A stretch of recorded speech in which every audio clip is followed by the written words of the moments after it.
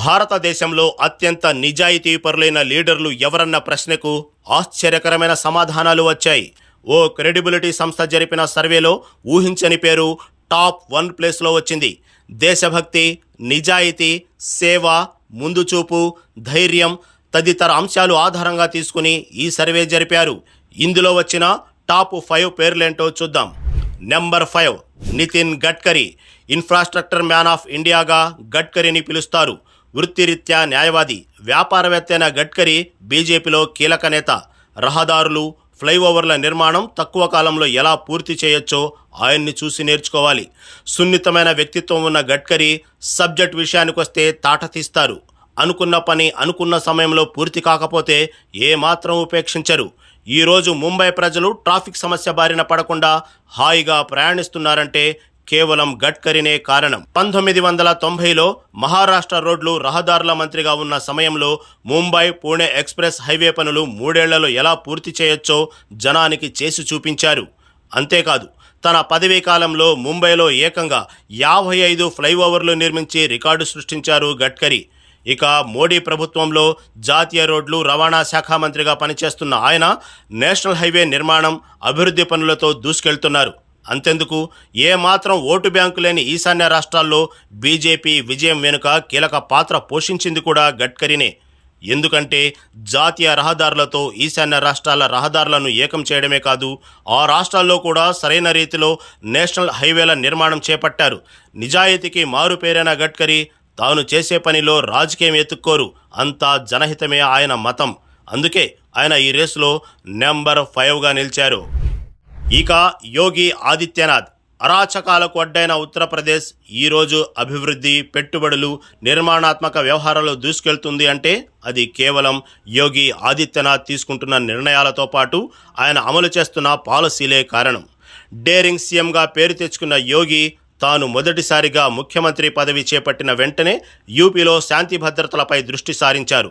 పరిశ్రమలు, పెట్టుబడులు రావాలంటే రాష్ట్రంలో అరాచక శక్తులు ఉండకూడదని బలంగా నమ్మిన యోగి నేరస్తుల పాలిట సింహస్వప్నంగా మారారు. మొదటిసారిగా సీఎం అయిన ఏడాదిలోనే దాదాపు 3,000 మంది మాఫియా, సుపారీ గ్యాంగ్, రౌడీ షీటర్లను ఎన్కౌంటర్ చేయించారు యోగి. దీంతో బతకాలంటే యూపీ వదలాలి, లేదంటే ఎన్కౌంటర్లో చావాలన్న భయాన్ని సంఘ వ్యతిరేక శక్తుల్లో నింపారు. ఆ తర్వాత రైతుల కోసం పలు సంక్షేమ కార్యక్రమాలు చేపట్టారు. పంట కొనుగోలు కేంద్రాలను ప్రతి మండలంలో ఏర్పాటు చేశారు. ఇక పెట్టుబడులు ఆకర్షించేందుకు జిల్లాలో పరిశ్రమ పేరుతో పరిశ్రమల అభివృద్ధి చేశారు. దీంతో యోగి ఆదిత్యనాథ్ పనితీరు దేశం మొత్తం ఆకర్షించింది. క్రౌడ్ పుల్లర్ నేతగా నిలిచిన యోగి ఈ సర్వేలో టాప్ 4 ప్లేస్లో ఉన్నారు. ఇక 3వ స్థానంలో ఉన్న నేత ఎస్ జయశంకర్. పూర్తి పేరు Subrahmanyam Jaishankar. Diplomacy man of India. National first అనేదే ఆయన నినాదం. 1977లో భారత విదేశాంగ శాఖలో చేరిన జయశంకర్ ఆ తర్వాత విదేశాంగ శాఖాధికారిగా అమెరికా, చైనా, చెక్ రిపబ్లిక్, సింగపూర్ దేశాల్లో పలు కీలక బాధ్యతలు నిర్వహించారు. ఇండో అమెరికన్ అణు ఒప్పందం విషయంలో కీ రోల్ పోషించారు జయశంకర్. అప్పటి నుంచే ఆయన మోడీ మనస్సులో ఉన్నారు. రిటైర్డ్ అయిన తర్వాత టాటా సన్స్ కంపెనీలో గ్లోబల్ కార్పొరేట్ అఫైర్స్ విభాగానికి అధ్యక్షుడిగా పనిచేశారు జయశంకర్. మోదీ ప్రధాని అయిన తర్వాత విదేశాంగ శాఖ నిర్వహించారు సుష్మా స్వరాజ్. అయితే ఆమె మరణం తర్వాత ఆ శాఖను ఎవరు భర్తీ చేస్తారన్న దానిపై తీవ్ర చర్చ జరిగింది. అదే సమయంలో ఎవ్వరు ఊహించని విధంగా జయశంకర్ పేరును వెలుగులోకి తెచ్చారు ప్రధాని మోదీ. 2019 మే 30వ తేదీన మోదీ 2వ మంత్రివర్గంలో విదేశాంగ శాఖ మంత్రి బాధ్యతలు స్వీకరించిన జయశంకర్ ఇంటర్నేషనల్ అఫైర్స్ మీద తీవ్రంగా దృష్టి సారించారు. యూరోపియన్ మీడియాను ఓ రకంగా షేక్ చేశారు. ఐస్లాండ్ వేదికగా జరిగిన ఆర్కిటిక్ సర్కిల్ ఇండియా ఫోరం సదస్సులో ఓ యూరోపియన్ జర్నలిస్టు ప్రశ్నకు దిమ్మ తిరిగే సమాధానమిచ్చారు జయశంకర్. యూరోప్ దేశాల బాధ ప్రపంచ బాధ అంటూ మొదలుపెట్టిన ఆయన ప్రపంచ దేశాల బాధ యూరోప్ దేశాలకు పట్టదంటూ చురకంటించారు. ఈ సమాధానంతో యూరోప్ దేశాలన్నీ కంగుతిన్నాయి. ఇక ఆపరేషన్ సింధూర్ విషయంలో కూడా జయశంకర్ చాలా కీలకంగా వ్యవహరిస్తున్నారు. అందుకే నిజాయితీ నేతల జాబితాలో ఆయన 3వ స్థానంలో ఉన్నారు. నరేంద్ర దామోదర్ దాస్ మోదీ. Simple version Narendra Modi. భారతదేశ రాజకీయాల్ని 3 దశల్లో చూడాలి. మొదటి దశ నెహ్రూ అండ్ కంపెనీ, అదో 20 సంవత్సరాలు. ఆ తర్వాత రెండో దశ ఇందిరా గాంధీ అండ్ కో, ఇదొక 30 సంవత్సరాలు. ఈ 2 దశల్లో దేశం రాజకీయాలు ఈ ఇద్దరు చుట్టూ మాత్రమే తిరిగేవి. ఆ తర్వాత కూడా బలమైన నేతలు దేశాన్ని పాలించిన కాంగ్రెస్ మద్దతు ఉన్న ప్రభుత్వాలు అవ్వడంతో ప్రతి నిర్ణయం 10 జన్ 10 నుంచి మాత్రమే అమలయ్యేది. సూటిగా సుత్తి లేకుండా చెప్పాలంటే ఆ పాలనంతా కిచిడి రాజకీయం. నేతలకు అర్థం కాదు, జనానికి ఎక్కదు. 2 ఏళ్ల యూపీఏ పాలన మీద విసుగు చెందిన జనానికి మోదీ ఆశాదీపంలా వచ్చారు. అప్పటి నుంచి దేశ రాజకీయాల్లో 3వ దశ మొదలైంది.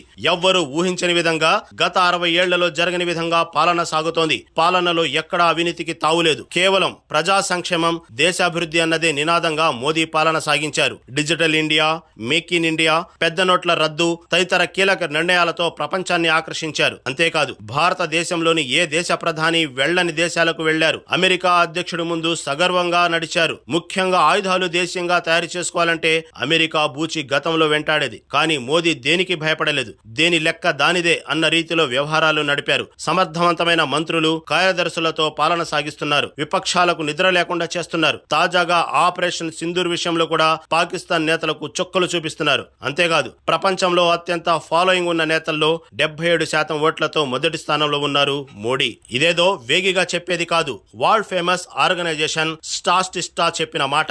అంతెందుకు, మన దేశంలోని జర్నలిస్టులకు, మేధావులకు చౌ రామస్వామి గురించి బాగా తెలుసు. తమిళనాడుకు చెందిన ఆయన తుగ్లక్ పత్రిక స్థాపించి అప్పట్లోనే ఇందిరాగాంధీకి చుక్కలు చూపించారు. అలాంటి రామస్వామి మోడీని పొగిడిన తీరు దేశం మొత్తం మేధావుల్లో ఆలోచింపేలా చేసింది. ఇక నిజాయితీ నేతల జాబితాలో టాప్ 2 స్థానంలో ఉన్నారు ప్రధాని నరేంద్ర మోడీ.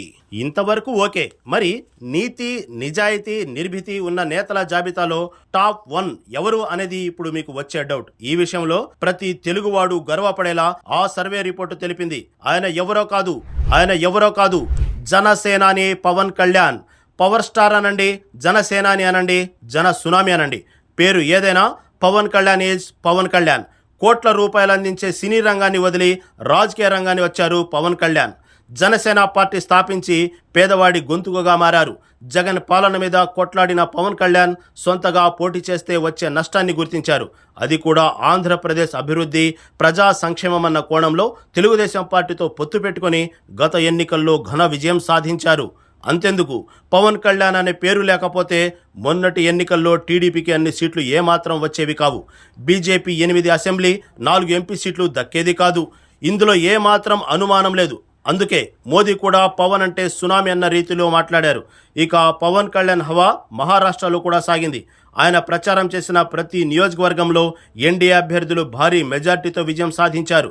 అందుకే బీజేపీ ఇప్పుడు పవన్ కళ్యాణ్ను భాగస్వామ పక్ష నేతగా తమిళనాడు, కేరళ, కర్ణాటకలో కూడా త్వరలో బాధ్యతలు ఇవ్వనుంది. మాస్ లీడర్, క్రౌడ్ పుల్లర్ అయిన పవన్ కళ్యాణ్ నిజాయితీల నేతల రేసులో మొదటి స్థానంలో ఉండటంలో ఏమాత్రం అతిశయోక్తి లేదు.